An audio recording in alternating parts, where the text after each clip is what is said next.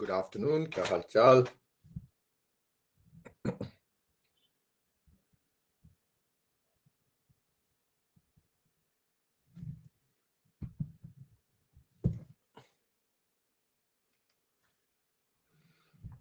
सो आज वाला case study वाला सिनारियो करके मजा बड़ा आया। आई थिंक मेरी उम्मीद से ज्यादा बेटर लोगों ने आंसर दिया। बस अब आज का टेस्ट तुम लोग अच्छा कर दो। आज मेगा टेस्ट है 2 बजे। ये केस स्टडी कब था? डैन बेटा कौन सी दुनिया में रहता है? टेलीग्राम पे एक्टिव रहा करो।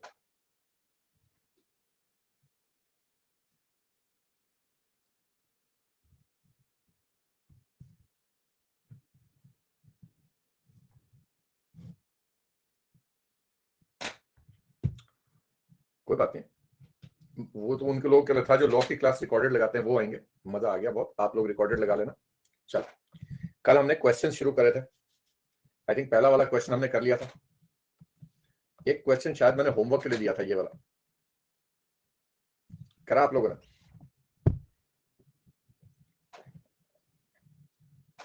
ट्राई किया?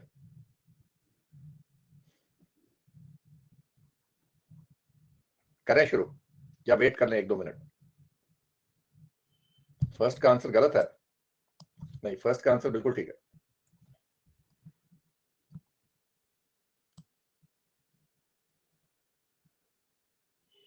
अभी देखते हैं, करते हैं answer.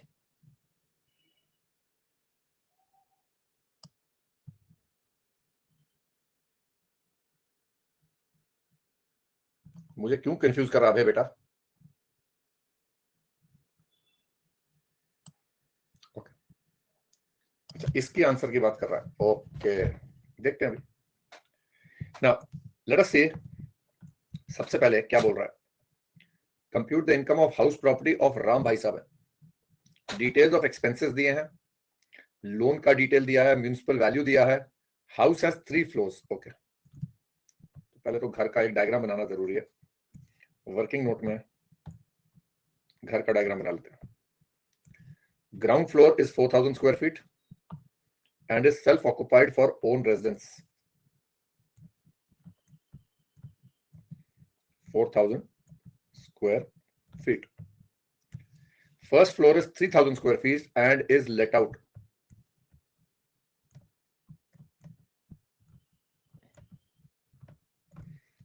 And top floor is 2,000 square feet and is lying vacant. सही है। Compute the income assuming he opt for old scheme or section 115 BSE. तो ओल्ड स्कीम और न्यू स्कीम में लेट आउट और वेकेंट का तो सेम रहेगा, सिर्फ सेल्फ ऑक्युपाइड का अलग अलग होगा। अब सबसे पहले मुझे क्या करना है? मुझे म्यूनिसिपल टैक्स का, यहां वर्किंग नोट 2 आ गया म्यूनिसिपल टैक्स, तो पहले वर्किंग नोट 2 कर लेते हैं।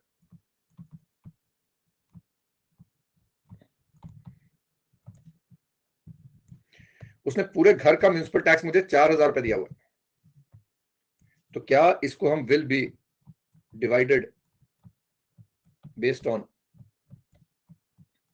Floor area?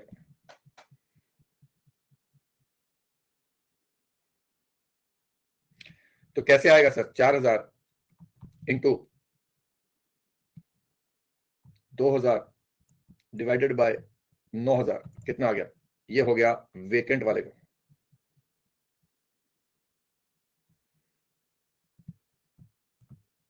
नहीं, लेट आउट वाले का कितना आएगा sir? 4,000 into 3,000 divided by 9,000। Self occupied में तो नॉट अलाउड होता है, नील हो जाएगा। तो क्या मैं यहां जाके सबसे पहले, कितना हो गया ये? 1 3 3 3 एक दे दूं, 8 89 एक दे दूं। वर्किंग नोट 2 तो हो गया मेरा। अब मुझे निकालना है वर्किंग नोट 1 GAV। इसमें सबसे पहले मुझे निकालना है वेकेंट घर का।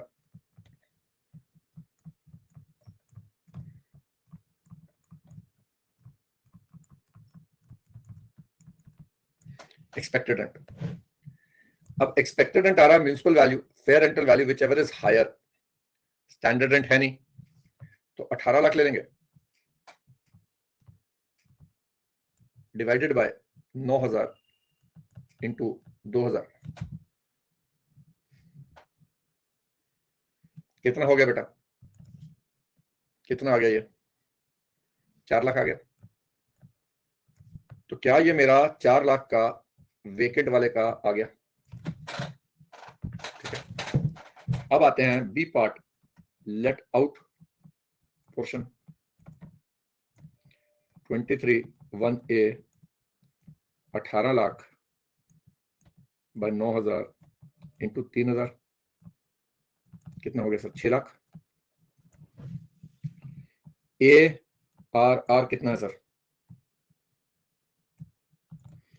उसने बोला है 50,000 पर मंथ पे लेट आउट है with effect from 1/5/23, 5,50,000। So 23(1)(b) तो नहीं लग रहा है। 23(1)(c) के लिए अगर मैं वैकेंसी ऐड करूं 50,000 की तो 6 लाख हो गया। सो कैन आई से ARR which is 5.5 is less than ER because of vacancy, therefore 5,50,000।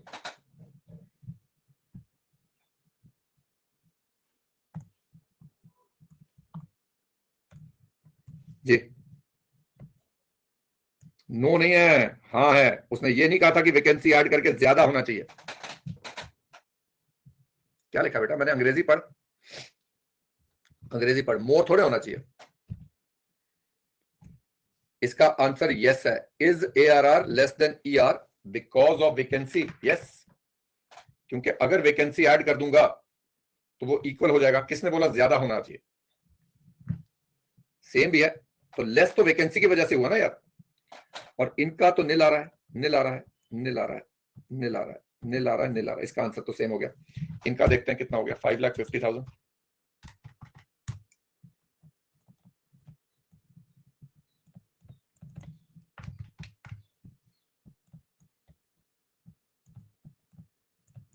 ठीक है,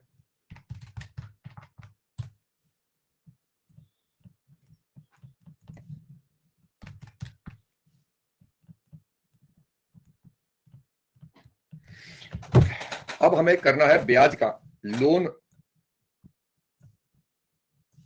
ओके, सो अगर मैं यहां वर्किंग नोट 3 की बात करूं,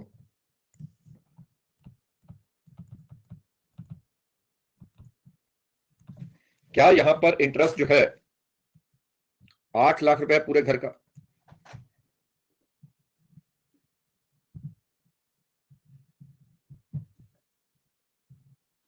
तो क्या इंटू 2/9 और कितना आ गया? 2/9 कितना आएगा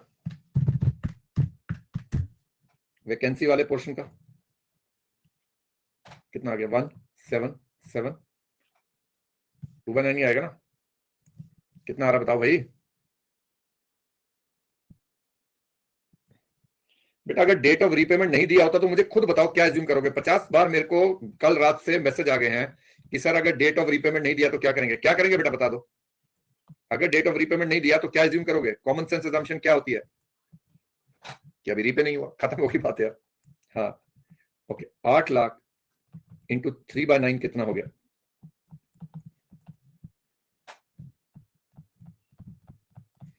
तो ये लिख दिया मैंने 266,667।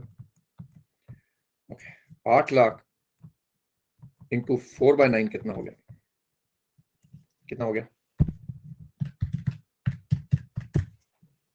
3,5,5,5,5,6।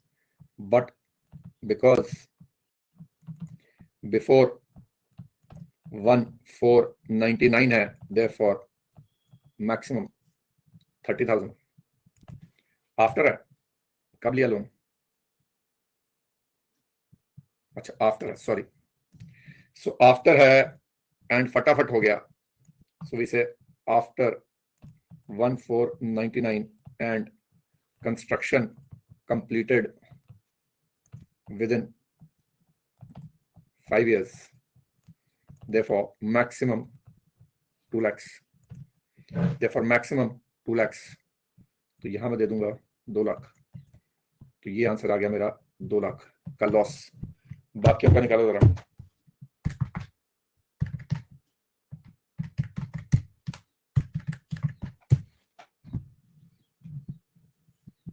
वन 117,400।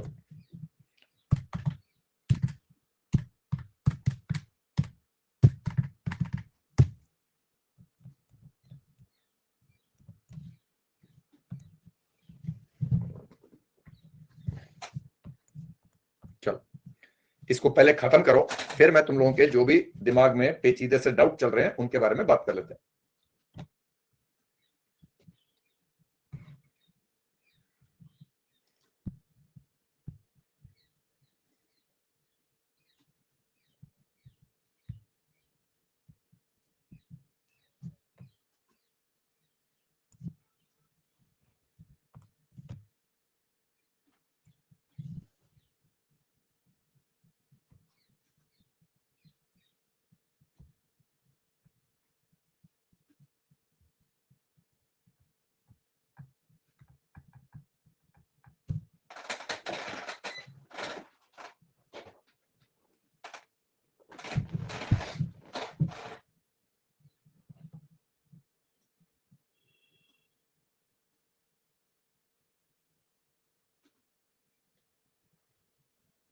मोहित बेटा ब्याज कब का है, उसने रीपे नहीं करा ना,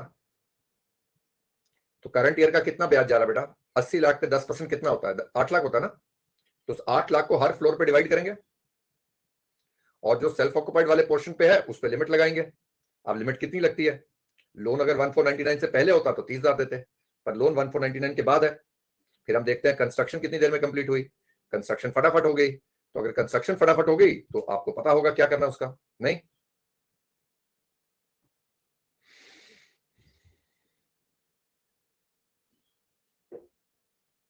फर्स्ट क्वेश्चन कौन सा बेटा?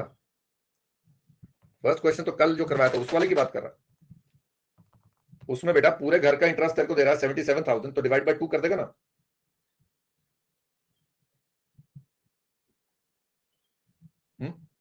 मोहित अगर 77,000 है interest on loan taken for the house, 2 unit है, तो डिवाइड बाय 2 कर देगा, नहीं? इसमें मुझे बता क्या समझने वाली बात थी, खुद सोच अपने आप। अब ये मेरे से तू सवाल पूछ रहा है, मतलब तूने सोचा होगा पूछ रहा है या वैसे ही पूछ लिया? देखो बच्चों, मेरा तो काम है डाउट आंसर करना, that is not the point, but you should think it out before answering और आस्किंग। अरे पूरे घर का 77,000 दिया है, 2 यूनिट है, तो क्या करेगा बेटा?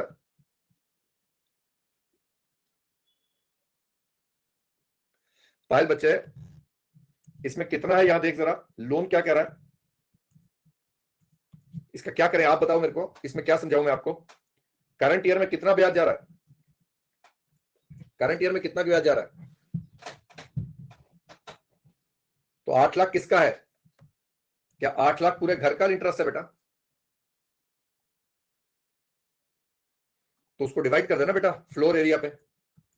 टोटल फ्लोर एरिया कितना है? 9,000 है ना, तो हम 2 और 9 के इसी रेशियो में डिवाइड करें, तो इसको भी डिवाइड करेंगे, इसको भी डिवाइड करोगे। जो सेल्फ ऑक्युपाइड वाला है उसके ऊपर एक बार डिवाइड करने के बाद लिमिट लगाओगे, देख लो 2 लाख की लग रही है या 30,000 की लग रही है।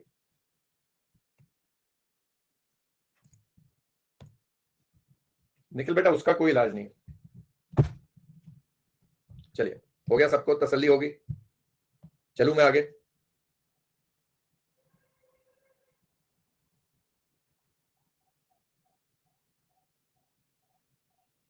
ठीक, अब अगर पीछे चले, यहां पर एक वर्ड लिखा था, देखो जरा क्या लिखा था, the expected rent municipal taxes interest for the entire house is a portion divided between each floor based on floor area. क्या ये बात अब समझ में आ गई सबको?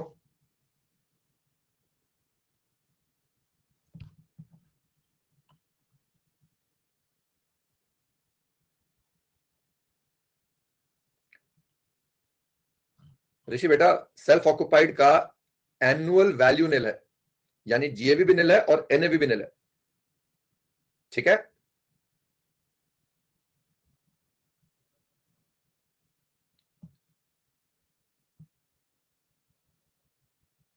रोहित बच्चे, अगर हर साल मैं 8-8 लाख का ब्याज दे रहा हूं तो गवर्नमेंट मुझे 2-2 लाख का डिडक्शन दे रही है, कब तक देगी? ऑब्वियसली जब तक लोन रीपे नहीं होता। नहीं,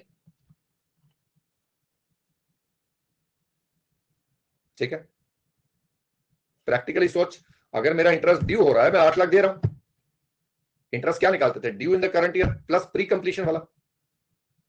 यहां आप तुम पूछोगे सर प्री कंप्लीशन क्यों नहीं लिया, फिर बोतल उठेगी। तो चलो बता दो प्री कंप्लीशन वाला क्यों नहीं लिया?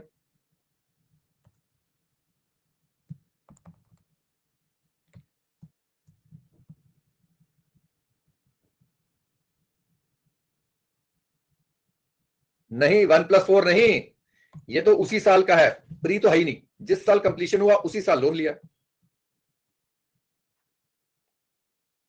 है ना? आराम आराम से, लिटिल बाय लिटिल। कल मैंने एक क्वेश्चन और दिया था होमवर्क में, कल मैंने एक क्वेश्चन और दिया था होमवर्क में, क्या वो करा आप लोगों ने? क्या वो वाला क्वेश्चन करा आप लोगों ने? उसको भी करें, उसको भी करें, उसका आंसर मैंने आंसर तो नहीं दिया, या वो उसका आंसर?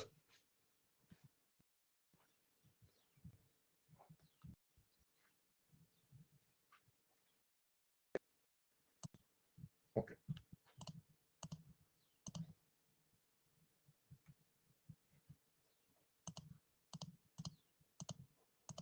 चलो ये वाला क्वेश्चन था।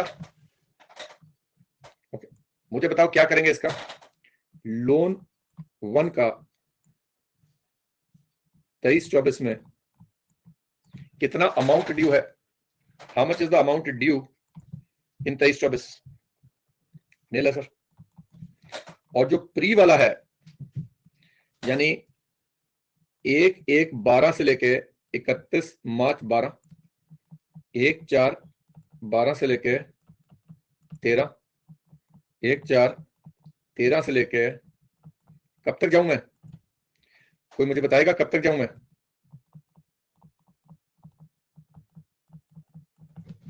18-19 तक जाएंगे। सही चल रहे हो बेटा? ऐसे ही चलोगे तो सीए तो ना हो पाएगा, फिर तुम बोलोगे सर आप डराते हो छोटी छोटी बातों पे। मेरा कार्य है डराना। क्या मेरे को यहां पर खत्म करना पड़ेगा? जब लोन रीपे हो गया बेटा, तो क्या उसके बाद भी जाता ब्याज?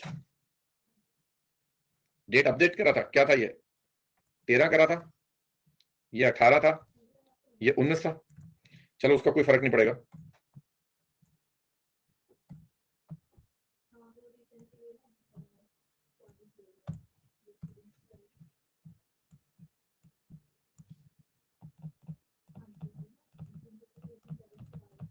ठीक है, ऐसे ही आ जाएगा।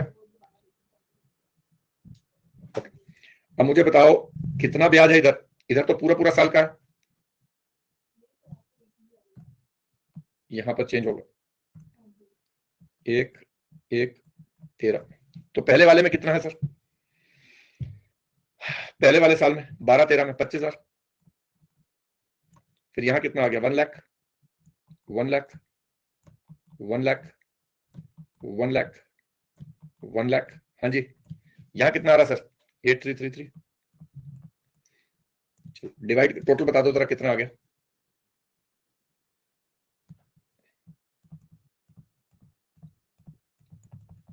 बताओ जरा कितना आ गया? ओके, तो हमारा साल जो आ रहा है 1+4 में तो आ ही रहा है ना 23-24, वो तो हमने कर ही लिया बात। तो 106,667 आ गया। सो लोन 1 का आ गया 106,667। चलिए लोन 2 का बताइए, क्या लोन 2 रीपे हुआ अभी तक? क्या लोन 2 रीपे हुआ? तो लोन 2 का ड्यू कितना है सर 23-24 में? ड्यू कितना है? 80,000 है। क्या लोन 2 का भी प्री कंप्लीशन है सर? 1/5/18 से 31 मार्च 19 तक। कितना हो गया सर? कितना हो गया? 73333 डिवाइडेड बाय 5, कितना आ गया सर? सो 14667। टोटल कितना हो गया सर? अब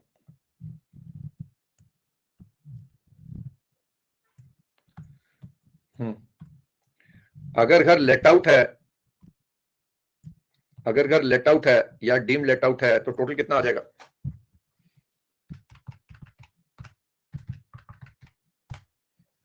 201,334। अगर सेल्फ ऑक्युपाइड है या डीम्ड सेल्फ ऑक्युपाइड है तो क्या पहले हम लोन 1 पर लिमिट लगाएंगे? लोन 1 पे लिमिट क्या लग रही है? लोन 1 पे लिमिट क्या लग रही है? 30,000 की। लोन 2 पे लिमिट कितनी लग रही है? 2 लाख की। कितना हो गया सर? और अब इस पे मैक्सिमम लिमिट कितना लग जाएगा? 2 लाख का। तो क्या यहां पर मुझे 124,667 का डिडक्शन मिल जाएगा?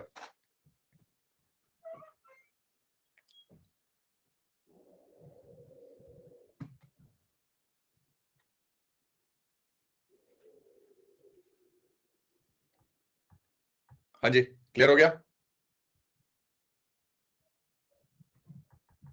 चलो ना आगे चले। सो अब हमने आई थिंक थोड़ी बहुत ही कैलकुलेशन कर ली। अच्छा अभी वेट है, माफ कीजिएगा, माफ कीजिएगा, थोड़ा एक्साइटेड हो गया मैंने कहा जल्दी खत्म हो गया। देख लीजिए,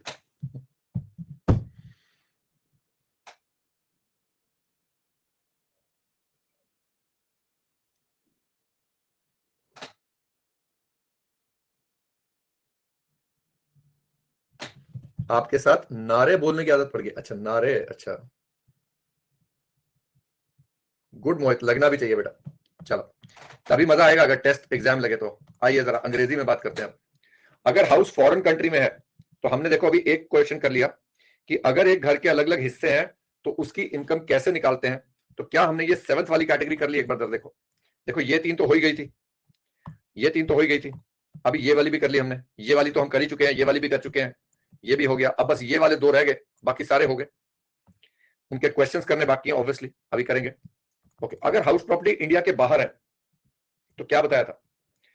क्या accessibility will depend upon residential status? Individual और एचयू ऑफ ओआर है, individual HUF OR plus NOR और एनआर है, और रिसीव्ड इन इंडिया है तो दोनों के हाथ में टैक्सेबल है। रेंट बाहर रिसीव हुआ तो सिर्फ ओआर के हाथ में टैक्सेबल होगा। ठीक है। अब लॉ ने एक जजमेंट आई थी हमारे पास सुप्रीम कोर्ट की, जिसने बोला था where income from house property is assessable in India, मतलब 5 and 9 के हिसाब से अगर असेसिबल है then the house property income will be computed as if the property is situated in India. मतलब rules will remain the same. That is, rules will remain the same. ठीक होगी बात? Rules for computing GAV, deduction of municipal tax paid to foreign local authorities will also be allowed as a deduction. All calculations will be in रुपया. The rate of conversion will be the rate in the immediately preceding month. अच्छा अब इसको check करते हैं।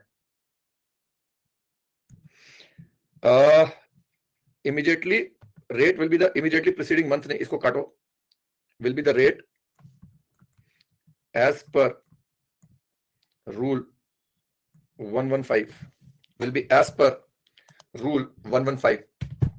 और यहां पर rate of exchange के रूल्स दिए हुए हैं आप लोगों को। रेट ऑफ एक्सचेंज के सैलरी हेड में interest, house property, business head, dividend, capital gains, क्या क्या रूल्स है। कहता है जो सैलरी का है will be the last day of the month immediately preceding the month in which the salary is due or paid in advance। यानी अगर अप्रैल की सैलरी 7th of May को पे हो रही है और सैलरी ड्यू हो रही है, आपको जब सैलरी हेड कराऊंगा तो पहले पूरा महीना हम काम करते हैं, यानी 1 अप्रैल से 30 अप्रैल तक काम करोगे, और कॉन्ट्रैक्ट में लिखा होता है इस महीने की सैलरी अगले महीने की 1 तारीख को ड्यू होगी। सो ड्यू हो रही है 1 मई को, और उसके 7 दिन बाद जनरली कंपनीज पे करती हैं। ऐसा कोई हार्ड एंड फास्ट रूल नहीं है, तो कई कंपनी 7 दिन पे करती है, कई 20 को भी देती है। तो अगर मुझे अप्रैल की सैलरी है जो 1 मई को ड्यू हो रही है और आ रही है सपोज $10,000 और ये इंडिया में असेसेबल है, तो इसको कन्वर्ट करने का रेट मैं कब का लूंगा sir? Last day of the month immediately preceding the month in which the salary is due. अब सैलरी ड्यू कब हो रही है बेटा? मई में ड्यू हो रही है, तो क्या मुझे 30th अप्रैल के रेट के हिसाब से करना पड़ेगा? 30th ऑफ अप्रैल का रेट लेना पड़ेगा। जो डॉलर का रेट 30 अप्रैल का था, आरबीआई बताता है ये। ठीक है, इसको सैलरी हेड में दोबारा करेंगे, इसको भी छोड़ दो, सैलरी हेड में दोबारा करेंगे। अभी हम कौन सा हेड कर रहे हैं sir? House property. Interest income भी वही है, last day of the month immediately preceding the month in which it becomes due. Dividend income भी वही है, देखो जरा। कैपिटल गेन्स भी वही है, सिर्फ हाउस प्रॉपर्टी कहता है last day of the previous year of the assessee. यानी 31 मार्च 24 का रेट। ठीक है भाई, क्लियर होगी बात? ओके, अब ये क्वेश्चन दिया मैंने, एक बार क्वेश्चन रीड करो, एक बार क्वेश्चन रीड करो।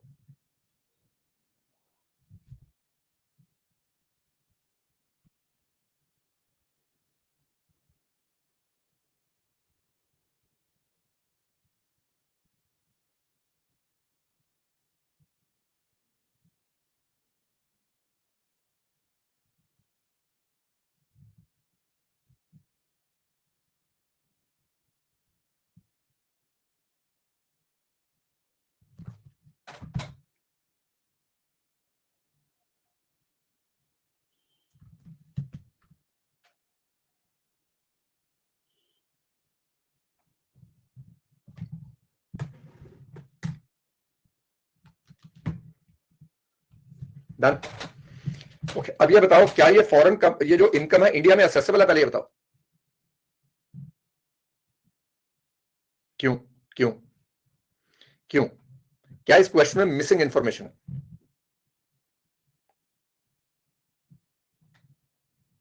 उसने मुझे रेजिडेंट बोला, उसने ये नहीं बोला ओआर है या एनओआर है, और उसने मुझे प्लेस ऑफ रिसीट भी नहीं बताया, ओनली रेजिडेंट दिया। तो क्या मुझे एक नोट लिखना पड़ेगा? क्या मुझे एक नोट लिखना पड़ेगा? नोट एज्यूमिंग, लिखते जाओ साथ साथ, assuming he is R plus O R, और if R plus N O R, then rent is received in India. यानी अगर तो आर प्लस ओ आर है तब तो मैं मान रहा हूं कि उसका टैक्सेबल होगा ही होगा, पर अगर R plus N O R है तो तभी टैक्सेबल होगा जब रिसीव्ड इन इंडिया होगा, है कि नहीं? अच्छा, जो लैंड का रेंट आ रहा है क्वेश्चन में, rent of plot of land is not accessible under house property, therefore will be covered under other sources। कितना रेंट है बच्चे? 6000? कितना रेंट है? 3000 है? 6000 है? 3000 है मेरे ख्याल से, 3000 सॉरी। कितने मंथ्स की है? 6 मंथ्स लेट आउट है, 18,000 हो गया। आपको मैं प्रेजेंटेशन दिखा रहा हूं कैसे करना है, पहले लिख लो फिर मेरे को बताओ।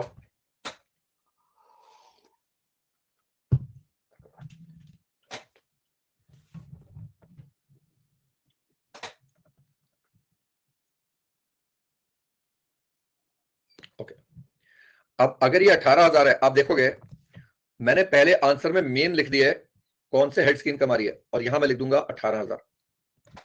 उसके बाद वर्किंग नोट शुरू हुआ है, you need to learn how to present your answer. अब अगर हाउस प्रॉपर्टी है तो इसका जीएवी जो निकालना है, कैसे निकालेंगे सर? इसका मुझे रेंट दिया है $12,500, $12,500 इंटू 46.5 इंटू 12, कितना आएगा सर? कितना आएगा? 69,75,000। ये क्या है मेरा ARR? क्या मैं एज्यूम करूंगा ARR, क्योंकि उसने मुझे एक्सपेक्टेड रेंट दिया नहीं है, क्योंकि उससे मुझे एक्सपेक्टेड रेंट दिया नहीं है, तो मैं एज्यूम करूंगा ARR is more than ER, और यहां ले लूंगा मैं 69,75,000। म्यूनिसिपल टैक्स कितना है सर? $10,000 इंटू 46.5, तो कितना हो गया? 4,65,000 अलाउड। ओके, अब टोटल मेरे पास कितना आ गया? ये 4,65,000 माइनस करके नेट एनुअल वैल्यू कितना आ रहा है?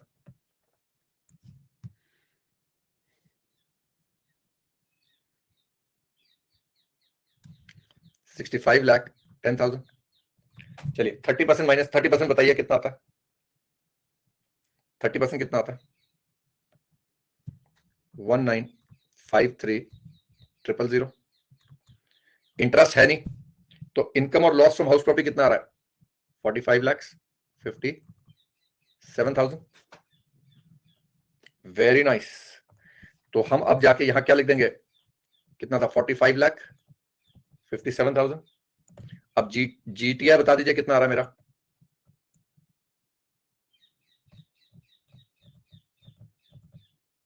ये लो, आंसर आ गया मेरा।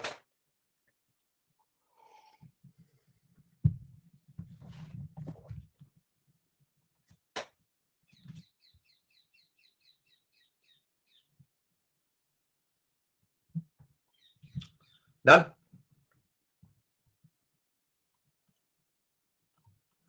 नहीं जशन बेटा, आप लॉ नहीं बनाते हैं, आप डॉलर में कैलकुलेट नहीं करेंगे। आपको जैसे बोला गया आप वैसे करेंगे, वरना अंडा मिलेगा। मैं अपना लॉ नहीं बता रहा हूं, मैं आप लोगों को वो लॉ बता रहा हूं जो इनकम टैक्स एक्ट में लिखा है। सो प्लीज क्रिएटिविटी नहीं,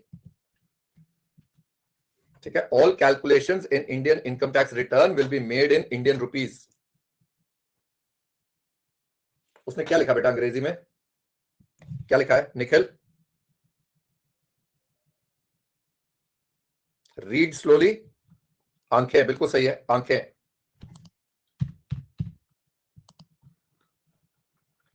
चलो हो गया सबका।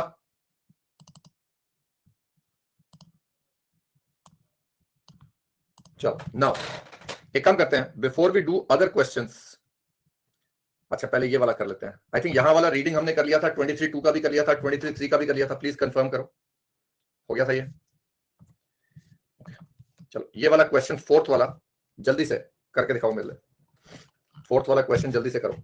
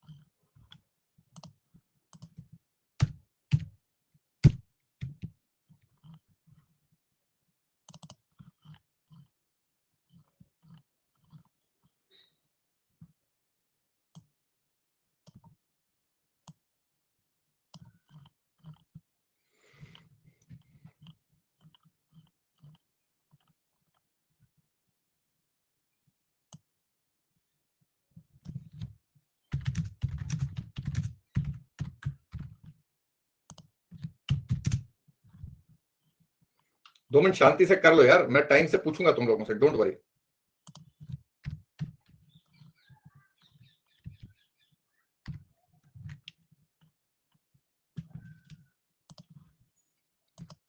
ओके चलो पहले ये बताओ, if SSC opts for old और न्यू रेजिम, न्यू रेजिम में पहली बात मुझे बताओ 23-24 में इस घर का यूज क्या है? What is the use in 23-24? So since house property is self occupied in 23-24 under section 115 BAC, no treatment, and as per old scheme, चलिए तो पहले तो BAC का मैं आंसर लिख दूं नो ट्रीटमेंट। ओल्ड स्कीम में GAV NAV is nil, working note लिखना जरूरी है बेटा। दूसरा, only deduction for interest is allowed.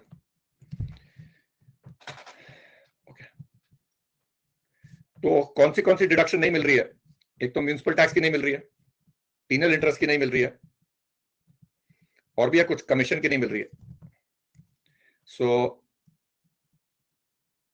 therefore penal interest, commission, और क्या था भाई? पीनल इंटरेस्ट था, कमीशन था, और municipal tax. Municipal tax is not allowed because house property is completed within 5 years. Therefore, maximum is 2 lakhs. तो deduction कितने का मिल जाएगा सर? 53125. 53125 का क्या आ गया? लॉस आ गया सर. तो बेटा हाउस इज कंप्लीटेड का मतलब है परचेज इज कंप्लीटेड और कंस्ट्रक्शन इज कंप्लीटेड. मैं वर्ड कंप्लीटेड यूज कर रहा हूं. No Anish, that is not along with penal interest. Check करके देख ले, कैलकुलेशन करके देख ले, पता चल जाएगा तेरे को.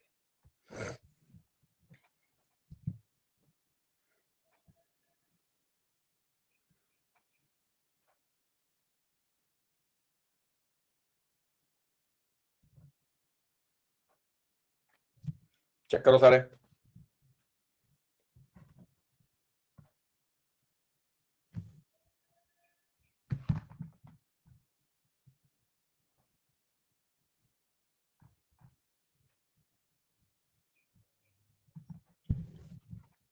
म्युनिसिपल टैक्स,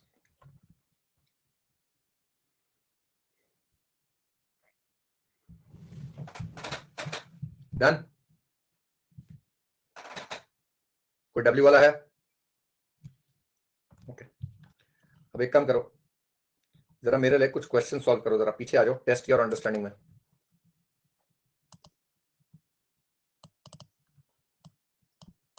ये सवाल है नवंबर 13 का. तो नवंबर 13 का सवाल फटाफट पेज नंबर 235 पे. नवंबर 13 का सवाल जल्दी से सॉल्व.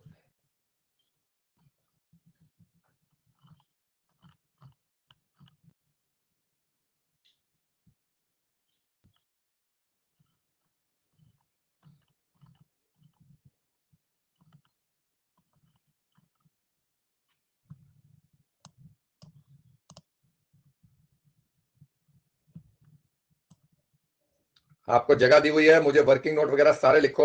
टाइम लगाओ. चैप्टर में बस 1 या 2 दिन और है. प्रैक्टिस रह गया. प्रैक्टिस मैनुअल के क्वेश्चंस भी दूंगा मैं. कल संडे है पर कल क्लास है. आज होमवर्क नहीं दे रहा हूं, कल दूंगा homework.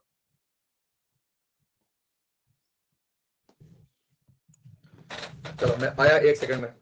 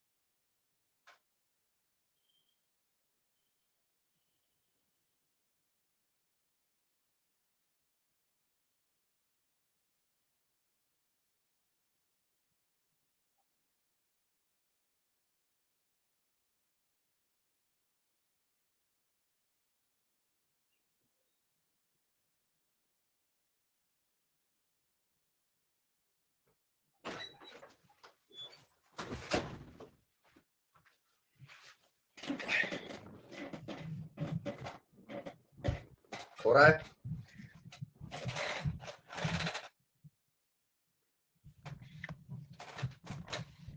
Waiting waiting waiting waiting waiting.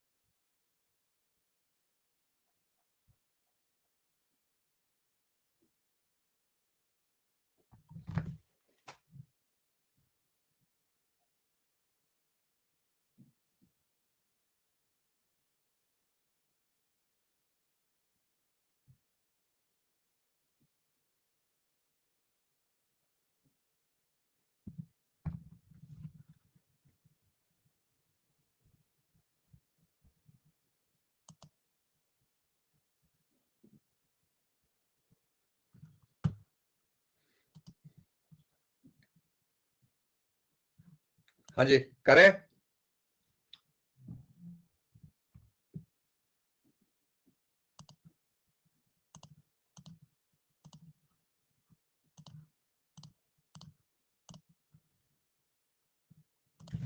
चलो कोई मदद करेगा मेरी, हैंड रेस करके? एनीबॉडी हु इज डूइंग मदद of me, hand raise.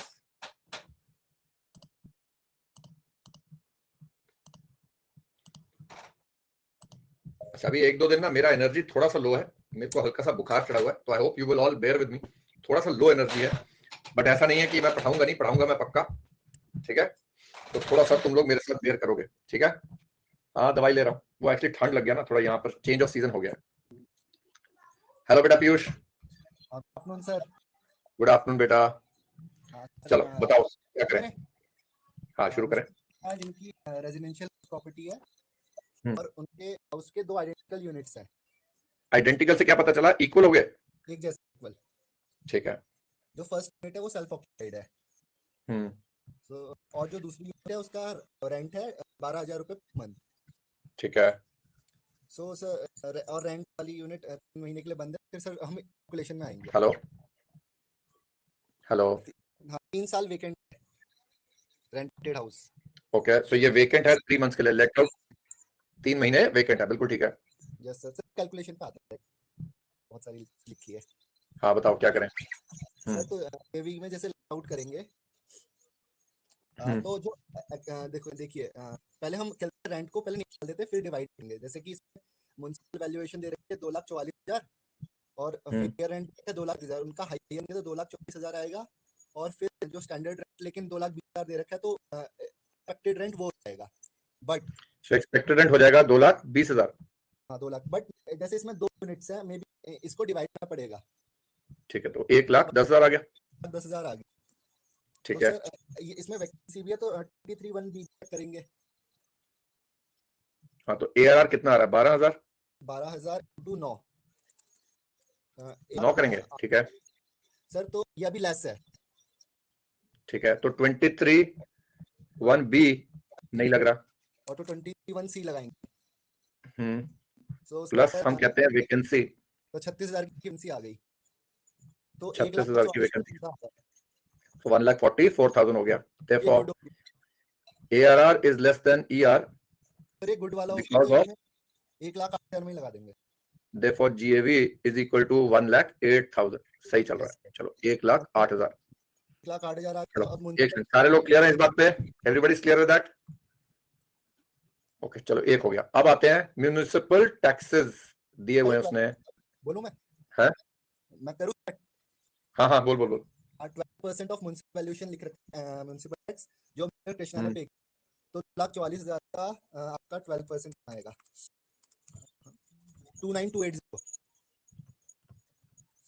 Sir इसमें दो डिवाइड करेंगे। कितना आ गया? Divide by 2 sir 4,640। ये तो नॉट अलाउड हो जाएगा। नॉट आउट हो जाएगा सेल्फ ऑक्यूपाइड वाला, और ये आउट वाला ले 1,4,640। Very nice Piyush. चल बेटा आगे कितना नेट एनुअल वैल्यू कितना आ गया? सर पहले कितना था? 1,08,000 माइनस एक सर मैंने ना कैलकुलेशन पहले गलत की थी तो इसलिए कोई बात नहीं। 1,4,640 एक सेकंड। सर एनईवी मेरा 9,360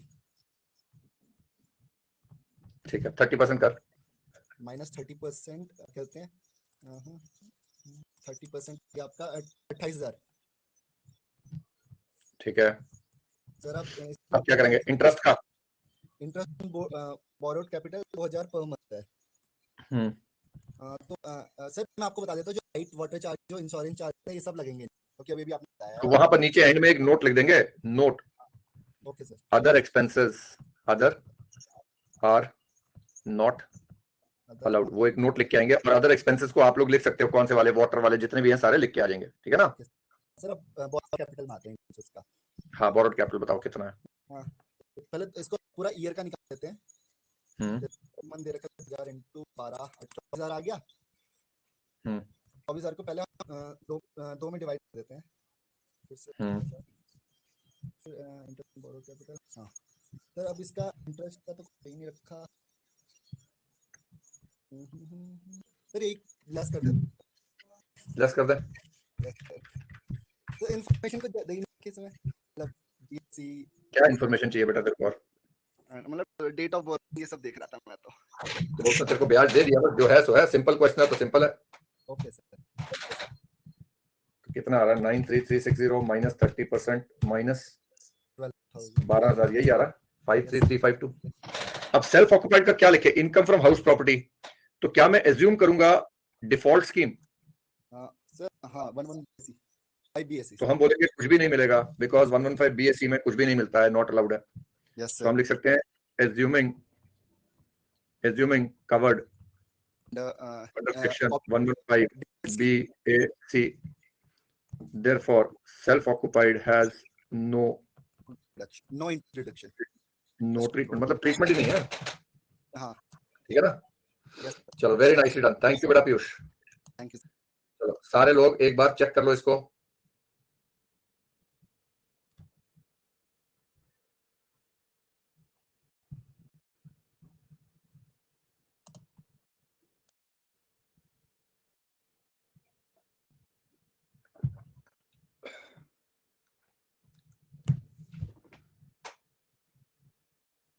तनिष बेटा, अब इस स्टेज पे जाके ऐसे सवाल उठेंगे तो बहुत पिटाई करेगी मेरे को। इस स्टेज पे ऐसे सवाल कर ही नहीं सकते। कहां सिखाया तेरे को मैंने इंटरेस्ट 9 महीने का लेते हैं? हाँ,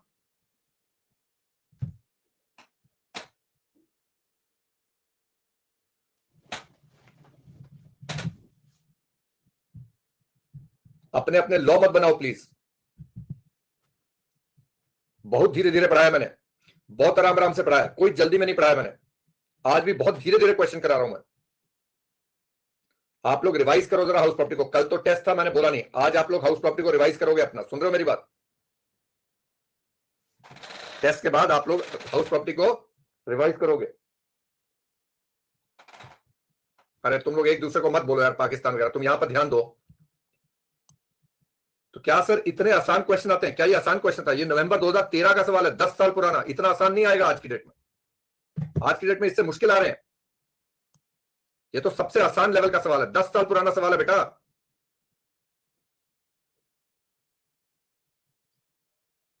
चलो, हो गया ये? हो गया ये? सबका क्लियर हो गया?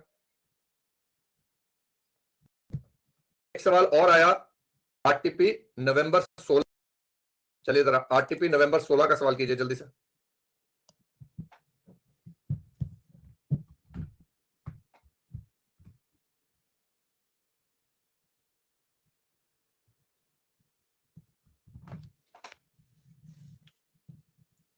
हाँ, 15 मिनट के बाद दे दूंगा खाना खाने का टाइम। 1:15 बजे बंद कर दूंगा, पर ये क्वेश्चन करो जरा।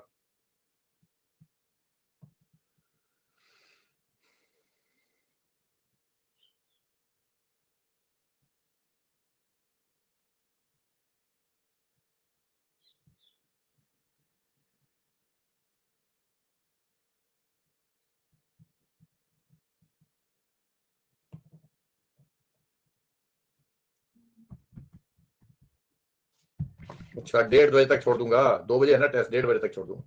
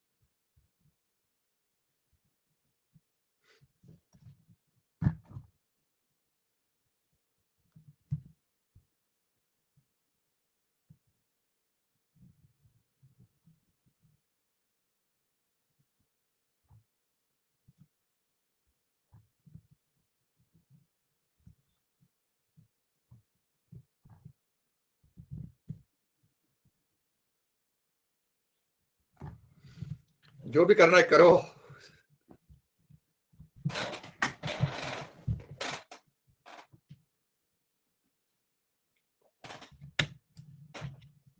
ओके चलो, इस केस में सबका हो गया, कराऊं मैं?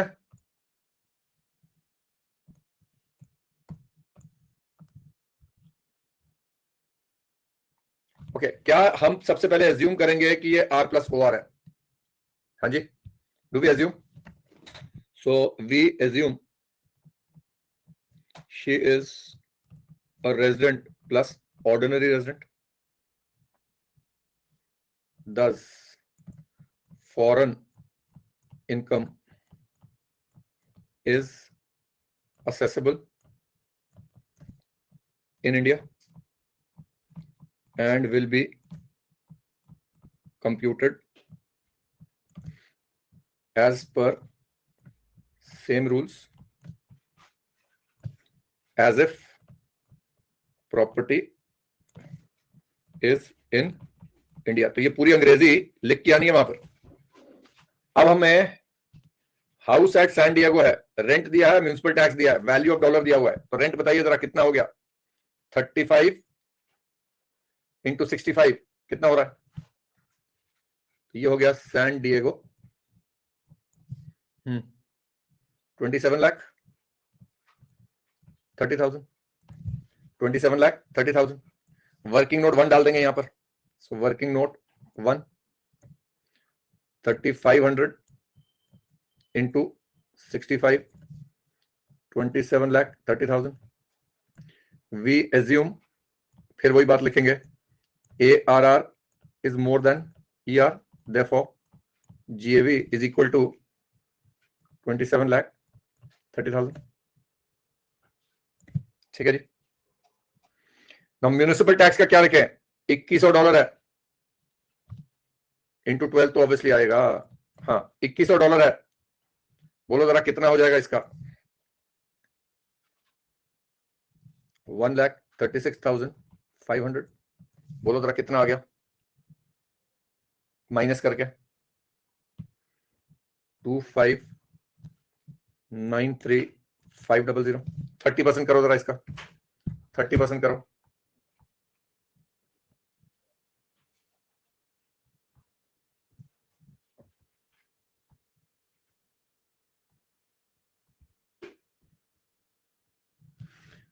सेवन 78050। इंटरेस्ट है कोई? तो इनकम बता दो कितना आ रहा है? 1815450। Very nice, very nice. Okay अब दूसरे पे आते हैं। लखनऊ का घर है, लखनऊ का घर। सो ये जो हमने निकाला है वर्किंग नोट 1, क्या निकाल रहे हैं हम? GAV। तो ये हो गया पहला घर, दूसरा घर। अब दूसरे घर का क्या बोल रहा है? ग्राउंड फ्लोर सेल्फ ऑक्युपाइड है, फर्स्ट फ्लोर लेट आउट है। तो क्या मुझे यहां पर लखनऊ के घर के दो अलग अलग यूनिट्स बनाने पड़ेंगे? एक सेल्फ ऑक्युपाइड, एक लेट आउट। लखनऊ, क्या उसने मुझे बताया कौन सी स्कीम में आ रहा है वो? Has he told me what scheme it is? So अगर कोई स्कीम नहीं है, are we going to assume default scheme? Are we going to assume default scheme? So assuming covered by 115 BAC, therefore self occupied not accessible। आप देख रहे हो मैं ऊपर जो भी कर रहा हूं नीचे एक लाइन जरूर लिख रहा हूं, समझ रहे हो? ऊपर जो भी कर रहा हूं नीचे लाइन लिख रहा हूं। ये वर्किंग नोट ले, नंबर लेने हैं, प्रेजेंटेशन सिखा रहा हूं। ओके अब लेट आउट वाले का क्या आ रहा है सर? लेट आउट वाले के लिए 23(1)A में उसने मुझे बताया standard rent for each floor. अब यहां ईच फ्लोर दिया हुआ है sir, fair rent for each floor. Municipal value नहीं दी हुई, म्यूनिसिपल वैल्यू नहीं दी हुई। तो क्या लें सर, क्या करें? अरे GAV बाद में यार, पहले मुझे 23(1)A बताओ बच्चों। तो कितना आ जाएगा 23(1)A में? ER कितना है, कैसे आया? 12,500 के हिसाब से 1.5 लाख। चलो ARR बताइए जरा कितना आ रहा है? ARR 13,500। इंटू 12। सो क्या 23(1)(b) में ARR is more than ER, therefore GAV 162। तो आ जाओ 1,62,000। अब म्यूनिसिपल टैक्स 8,000 का पूरा मत दे देना बस। कितना आ जाएगा सर? 4,000। 1,58,000 करो 30%, 47,400।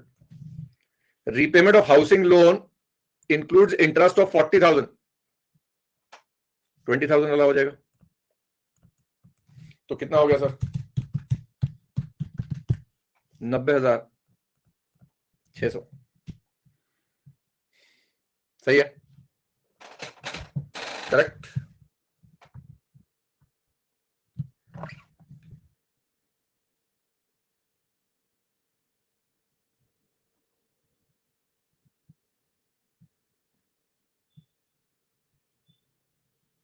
मानस बेटा 85,000 में से जो इंटरेस्ट है उसी का करेंगे ना 85,000 क्या है? Repayment of housing loan including interest. तो डिडक्शन किसका मिलता है? सिर्फ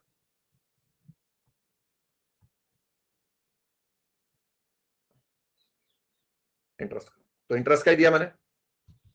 चलो अभी आप लोग टेस्ट का तैयारी करो, बाकी क्वेश्चंस मैं कल कराऊंगा और कल होमवर्क दूंगा, आज नहीं। आई थिंक आज हमने जो करा सही करा, थोड़ा